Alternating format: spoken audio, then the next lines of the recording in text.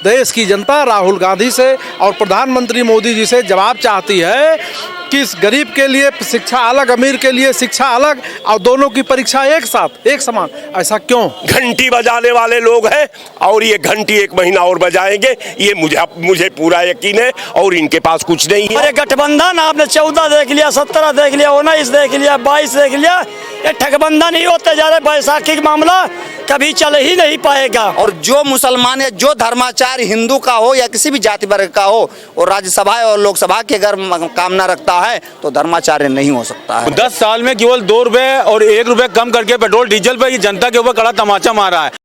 उत्तर प्रदेश में लोकसभा चुनाव बहुत ही अहम रोल अदा करता है। वहीं आपको बता दें कि कुछ सीटें जो हैं वो अनाउंस हो चुकी हैं, पर कुछ सीटों पर अभी भी कुछ जगहों पर अभी भी सीट नहीं अनाउंस हुई, जैसे कि रायबरेली और अमेठी। वहीं आपको बता दें कि ये 2 जो जगह हैं यहाँ पर कांग्रेस का गढ़ माना जाता है। इस बार लगता है कि प्रियंका गांधी और राहुल गांधी इन 2 सीटों से चुनाव लड़ेंगे। इसी पर जनता का क्या कहना है, आइए जानते हैं। इस बार लोकसभा चुनाव में प्रियंका गांधी और राहुल गांधी इन दोनों सीटों से चुनाव लड़ने वाले हैं, रायबरेली और अमेठी से। इसमें आपका क्या? देखिए, रायबरेली और अमेठी हिंदुस्तान का वो इंटरनेशनल सीट है। जिस सीटों पर जो वो 2 सीट है, वो 2 सीट हम समझते हैं, ये कह लूं कि वो 2 सीट का जब शुरुआत होती है, जब अंत होता है उसका, आखिरी समय के दौर तक वो 2 सीट पूरे दुनिया के रिंग पर घुमा करता है। चूंकि वो सीट जो है सोनिया जी की है, वो सीट जो है राहुल गांधी की है, विशेषकर वो नेहरू परिवार की सीट है। रह गया सवाल कि नेहरू परिवार का एक हिंदुस्तान में अलग इतिहास है। उसका इतिहास जो है शहादत से लिखा पड़ा इतिहास है। त्याग और समर्पण की बात जो कोई कंपैरिजन हम किसी से नहीं कर सकते, लेकिन इतना जरूर मैं कह दूं कि रायबरेली और अमेठी पर जिसको समझ में नहीं आता कि यहां क्यों विलंब हो रहा है, आखिर ये परेशानी तो मोदी जी की है, आम जनता की परेशानी नहीं है। आम जनता तो जानती है कि ये उसी परिवार की सीट है, वो ये भी जानती है कि वही परिवार के लोग लड़ेंगे। जो सीट कैंडिडेट का नाम चाहता है उसका नाम फाइनल हो चुका है, उसके नाम पर कोई डिस्कशन नहीं होने वाला है, क्योंकि पार्लियामेंट्री जो कमेटी है उस पे मोहर लगा चुकी है। जब वो 26 तारीख आ जाएगी, आज का तीसरा आज 23 तारीख हो गया, 3 दिन और वो सीट जहां 26 वाला सेकेंड फेज का चुनाव हुआ कि आपके सामने कैंडिडेट होगा। आपको क्या लगता है कि इस बार उन सीटों से 2 प्रियंका गांधी और राहुल गांधी चुनाव लड़ने वाले हैं? तो देखिए, आपको ये 24 में ही मालूम हो गया था, 19 में अगर राहुल गांधी जी वयनाल की सीट पे ना जाते जहां पर 75% मुसलमान है, तो शायद लोकसभा का मुहरा नहीं देख पाते। नंबर 1 आ जाइए। नंबर 2 पे ये कहा जाता अगर 2014 में मोदी जी ने, भारतीय जनता पार्टी ने अगर प्रधानमंत्री प्रोजेक्ट किया था तो उसका नाम था नरेंद्र मोदी ही प्रधानमंत्री बने। इस इंडिया का गठबंधन है, हम तो कहते हैं ठगबंधन। इसमें बारात का दुल्हा नहीं तय है कि कौन प्रधानमंत्री बनेगा। समझू, ये लोग जनता की लड़ाई नहीं लड़ रहे हैं, केवल अपनी लड़ाई लड़ रहे हैं। बात रही जहाँ तक माननीय अखिलेश यादव जी ने पीडीए का नारा दिया है, पीडीए में जया बच्चन जी राज्यसभा सांसद बन के गई हैं समाजवादी पार्टी से, जिनका लोहिया जी की विचारधारा। और उनका कहना है कि जो राशन ले रहे हैं वो भी कांग्रेस को ही वोट करेंगे। देखिए, बड़ा आदमी जो है नमक हरामीपन कर सकता है, बाकी छोटा आदमी नहीं कर सकता है। जो राशन ले रहे हैं वो सब लोग मोदी जी के साथ है। और ये गठबंधन आपने 14 देख लिया, 17 देख लिया, 19 देख लिया, 22 देख लिया, ये ठगबंधन ही होते जा रहे। बैसाखी का मामला कभी चल ही नहीं पाएगा। हम तो धन्यवाद देना चाहते हैं बहन कुमारी मायावती जी को, जिन्होंने गठबंधन नहीं किया। ये बहन जी का वोट खींचना चाह रहे थे, दलित वोट। बाबू जगजीवन राम को हमेशा कांग्रेस ने बेवकूफ़ बना के रखा। कभी जो है प्रधानमंत्री नहीं बनने दिया। यही दलित की बेटी को, मायावती जी को 3 बार भारतीय जनता पार्टी का उत्तर प्रदेश का मुख्यमंत्री बनाया। बताइए, दलित और अनुसूचित वर्ग के लोग मुसलमान कौन जिम्मेदार पद पर रहे, जरा हमको आप बताइए। कांग्रेस ने क्यों नहीं अभी तक किसी मुसलमान को गृह मंत्री बनाया? या सच्चर कमेटी की रिपोर्ट कांग्रेस की और समाजवादी की 2004 से 14 तक सरकार चली, क्यों नहीं लागू हुआ? मुसलमान भी इस गठबंधन में नहीं है। मुसलमान कहीं भी जाए या मुसलमान भी बहिष्कार करे, बाकी इंडिया ठगबंधन में नहीं है। कितने मुसलमानों को लड़ाया अखिलेश यादव जी ने, 11 जो है पटेल भी। मुस्लिम जो वोटर्स हैं वो तो इंडिया गठबंधन के साथ ही हैं। साथ नहीं है, साथ वही हैं जो गुलाम हैं, जो लीडर हैं वो नहीं है। ये चीज को आप महसूस कर लीजिए बहन जी। बताइए शराफत भाई, क्या आप भाजपा में हैं? भाजपा ने आपको प्रधानमंत्री बना दिया है क्या? मौलाना मदनी साहब एक धर्माचार्य हैं, धर्मगुरु हैं। जो नेता और प्रधानमंत्री जाकर उनके पैर में गिरता है, वो क्या प्रधानमंत्री के पैर में गिरने के लिए राज्यसभा जाएंगे? इसके पहले हमारे सभा रह चुके हैं लोग, दल से पहले राज्यसभा रह चुके हैं अरशद मदनी मौलाना साहब देवबंद वाले। इनकी क्या बात कर रहे हैं? क्या और कोई साधु नहीं कभी चुनाव लड़ता है? अगर अरशद मदनी मौलाना साहब के लिए हमने मांग कर दिया तो वही बुरा कर दिया। आप इनसे पूछ लीजिए, नियत से आंकड़ा लगा लीजिए। अगर अरशद मदनी मौलाना के लिए हमने बात उठाई है कि उनको राज्यसभा भेजा जाए, मुसलमानों की दिशा और दशा तय करने वाले हैं, तो धर्माचार तो हिंदुओं में भी लोकसभा क्यों गए हैं? इसका आप आंकड़ा इनसे पूछिए, जरा खुद ही बताएंगे। हिंदू धर्म का कोई धर्माचार राज्यसभा या लोकसभा नहीं गया है। हमारे धर्माचार्य 4 पीठों के शंकराचार्य हैं, और जो रामानंदाचार्य हैं, वल्लभाचार्य हैं, उनका कोई भी संत सांसद के लिए नहीं लड़ता है, बल्कि भारत का प्रधानमंत्री राष्ट्रपति उनके चरणों का स्पर्श करके पानी से धुल करके वो पीता है। वो अपनी हैसियत को नहीं गिराएंगे।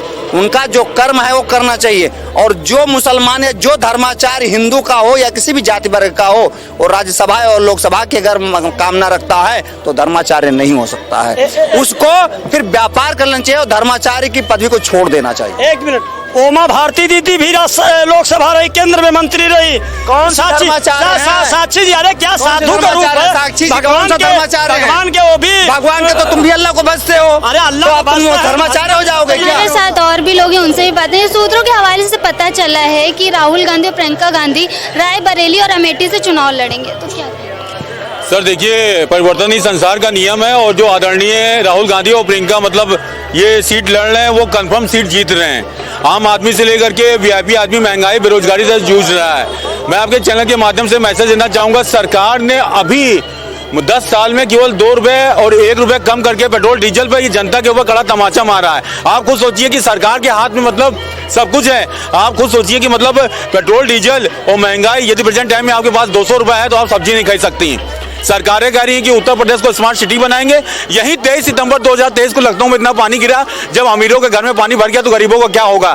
हर आदमी परिवर्तन चाहता है। परिवर्तन इसलिए चाहता है कि सरकार ने जो 10 साल में कहा, उन्होंने कुछ कहा नहीं। उन्होंने कहा 15 लाख रुपए देंगे, किसके अकाउंट में 15 लाख रुपए आ गया? उन्होंने कहा 2 करोड़ रोजगार देंगे, किसको रोजगार आ गया? इसलिए ये जो सूत्र के हवाले से मतलब ये न्यूज आ रही है, वो जनता राहुल गांधी और अमेठी में, और बल्कि प्रेजेंट टाइम में मतलब जो इलेक्शन होने जा रहा है लोकसभा, वो कांग्रेस और इंडिया गठबंधन को चुनने जा रही है। मेरी अपनी पब्लिक व्यू है। हमारे साथ और भी लोग हैं, उनसे बात करेंगे। आपको क्या लगता है कि इस बार क्या होने वाला है इन दोनों सीटों पर? किन सीटों पर? रायबरेली और अमेठी से राहुल गांधी और प्रियंका गांधी चुनाव लड़ने वाले हैं। अब इसमें ऐसे पहले से क्या बता दिया जाए क्या होने वाला है? कोई अभी ना वोट पड़ा न गिना गया, ऐसे कैसे बता दिया जाए? रहा सवाल, मैं न पक्ष में हूँ न विपक्ष में। मैं स्वयं एक पार्टी का प्रेसिडेंट हूँ, भारत नमन पार्टी का मैं राष्ट्रीय अध्यक्ष हूँ, पेशे से अधिवक्ता हूँ। कांग्रेस और भाजपा दोनों के मैनिफेस्टो में महंगाई, बेरोजगारी पर कुछ लिखा है, शिक्षा चिकित्सा पर कुछ लिखा है। इतनी महंगी शिक्षा हो गई, क्या ये दोनों लोगों के मैनिफेस्टो में शिक्षा पर लिखा है? कोई ऐसा कुछ लिखा है जिससे गरीब बच्चे अपने बच्चे को शिक्षा दे सके? देश की जनता राहुल गांधी से और प्रधानमंत्री मोदी जी से जवाब चाहती है कि इस गरीब के लिए शिक्षा अलग, अमीर के लिए शिक्षा अलग, और दोनों की परीक्षा एक साथ, एक समान। ऐसा क्यों? तो कहीं ना कहीं से कांग्रेस और भाजपा दोनों इस देश को डुबो रही है। देश का युवा का भविष्य जो है बर्बाद कर रहे हैं लोग। इन दोनों पार्टियों को देश की जनता जितनी जल्दी में समाप्त कर देगी उतनी जल्दी में देश सही हो जाएगा। आपको क्या लगता है कि इस बार क्या होगा? कहाँ के रायबरेली और अमेठी से चुनाव लड़ने का वो आया है, सूत्रों के हवाले से खबर आई है। मैम एक बात बताइए, ये परेशानी भाजपा को क्यों है कि हमारे कोई कैंडिडेट खड़ा है कि नहीं खड़ा रायबरेली अमेठी से? अपनी आप कैसरगंज की सीट देखिए, ब्रजभूषण की देखिए, और जो बाकी हैं हमारे बीच में क्या हस्तक्षेप कर रहे हैं। रही बात वो उनके पारिवारिक सीटें हैं, जाहिर सी बात है कि कोई ना कोई परिवार का ही आएगा। देर सवेर क्यों हो रही है, ये बेचैनी बीजेपी को क्यों है, ये नहीं समझ में आ रही है। हमारी पार्टी का कोई अपनी है, मीटिंग होती है, बातचीत होती है, समय है, अभी हमारे पास नॉमिनेशन का समय निकल नहीं गया है। मगर मैं यहाँ पर दूसरी बात करूँगा। कल जिस तरीके से प्रधानमंत्री ने कहा 50% महिलाओं के बारे में, कितना अपमानजनक कि कांग्रेस आएगी और आपके जेवर सोना चांदी सब आपके लूट ले जाएगी, आपका मंगलसूत्र ले जाके और वो मुसलमानों में वितरित कर देगी। कितना बड़ा अपमान है मंगलसूत्र का, और कितना बड़ा अपमान है हमारे देशवासियों का कि हम इतने कायर हैं कि हमारी पत्नी का जेवर और मंगलसूत्र कोई ले जाएगा और हम हाथ में हाथ धरे बैठे रहेंगे, चाहे वो कांग्रेस हो चाहे वो कोई भी हो। कोई आएगा और आपके जेवर पत्नियों के और मंगलसूत्र ले जाएगा। कितना शर्मनाक बयान है प्रधानमंत्री का।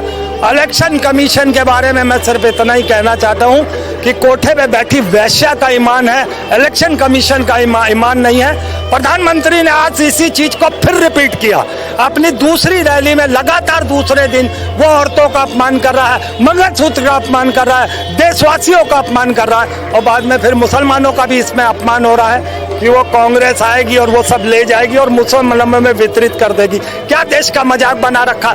एक बात और कही आज प्रधानमंत्री ने कि कोई आदमी दुकानदार दुकान पे बैठा था, हनुमान चालीसा पढ़ रहा था, उसको आगे कूट गए। कोई साक्ष्य नहीं है प्रधानमंत्री के साथ, सिर्फ और सिर्फ झूठ परोसना उसके नियत में है और वही वो कर रहा है। कोई साक्ष्य नहीं है। और एक बात बताइए, अगर है साक्ष्य तो पहले वो दिखाइए ना। साक्ष्य आपके पास है नहीं, झूठ पे झूठ। आप सिर्फ जो माहौल खराब करके कहीं ना कहीं हिंदू मुस्लिम को लड़ाने में चाहते हो। शिक्षा, रोजगार, स्वास्थ्य, नौकरियां, महंगाई, सुरक्षा पर आप बात नहीं करोगे क्योंकि आपने इन मुद्दों पे काम ही नहीं किया। आप 2024 में सिर्फ लड़ा कर ही आ सकते हो, हिंदू मुस्लिम करा के ही आ सकते हो, उसके अलावा तो आपके आने के कोई आसार नहीं। हमने लखनऊ की जनता से बात की। अब देखने वाली बात होगी लोकसभा चुनाव में क्या होने वाला है। कैमरामैन रमन के साथ मैं स्वाति, यूपी लाइव टीवी।